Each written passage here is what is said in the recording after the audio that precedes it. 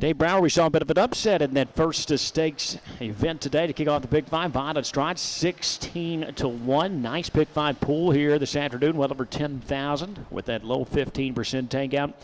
Competitive division here of this Arlene Siegel Memorial up next. Right now, the sixth, the Bethanator taking a lot of the action. She's won 5 in a row. She easily defeated Late Closing Company here last week. Do you think she can handle this jump up today, Dave? Personally, I don't, but she will have to prove that out there on the racetrack. Sent a little bit east by the Midwest team of Megan Rogers Racing here to Team Orange Crush, Andy and Julie Miller. That was an impressive win. Nobody's going to argue with that. It was a good blow-by effort. She opened up on the field here. But this is a brand-new ball game. She's taking on legitimate stakes contenders and stakes winners, Grand Circuit-type horses. In number 2, Reflect With Me, looks good in a romper. So I'm a little bit surprised by the betting at the moment there. The Bethanator taking an awful lot of money here. It would tempt me to get out of my chair and go make a box of the other two. It's a bit shocking. We'll see how it plays out as the wagering continues to roll in here on race 3. Number 2, Reflect With Me. We've both been a big fan of this Captain Treacherous filly, Dave. For quite some time, we watched her in the baby races at the Meadowlands. In my opinion, she was one of the more impressive 2-year-olds we saw qualifying some of those Saturday morning sessions. I remember one week she just burst home there. A really eye-opening performance. She's been model of consistency to this point. A little traffic trouble in that She's a Great Lady final up there at Woodbine. Didn't get free till late there. Still paced home 26 flat. Finished a very close at third. I gave her the slight edge here over the Ohio Sire Stakes champion, Dave. I know the connections are very confident on that daughter, Pet Rock. She hasn't done anything wrong of late. She's come along and been a very nice filly. It should be a good matchup between those two today as well. I know you favor the 2, Reflect With Me as well.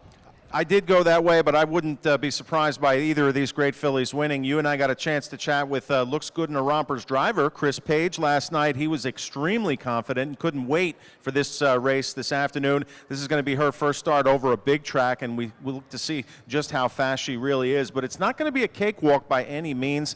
Reflect With Me comes out of probably the toughest freshman filly stakes race of the season in that She's a Great Lady. She ran into Lion Sentinel, not just in the elimination, but also in the final. And even in that final, the second place finisher, Alicorn, came right back to win just the other night, I think, up at Woodbine at Mohawk Park. So she will try to find her way back to the winner's circle. The regally bred, homebred by Brittany Farms.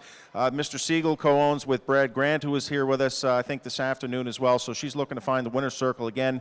Don't know what the tactics are going to be. You know, they've tried to race her from off the pace, whereas Looks Good in a Romper has pretty much been forced to go to the front in most of her recent starts as such a heavy favorite. So good battle. Our first marquee matchup of the day. Can't wait for it. Yeah, I agree as well. Not much of a difference with the 4, JK First Lady as well. She's a bit cold on the board, but this is a talented filly as well, Dave. She finished just behind the 2, Reflect With Me in the last matchup in Canada. Just missed in that Pennsylvania Sire Stakes final as well. I'm a bit shocked she's up there that generous 7-1. She was so impressive back with us in July at the Meadowlands in those kindergarten divisions there, pacing home in 25-4, 26-2. Those were super confidence builders for her. And then they raised her up in, the Pennsylvania Sire Stakes. She was good enough to make it to the final. She just missed in a photo.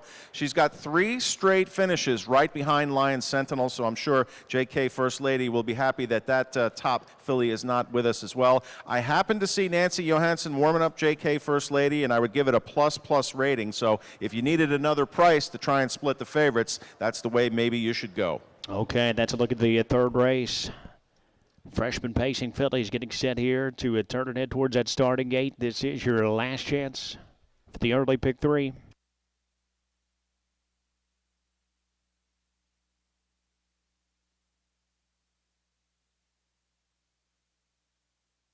And 4 Roses Bourbon starting gate has made its way into position.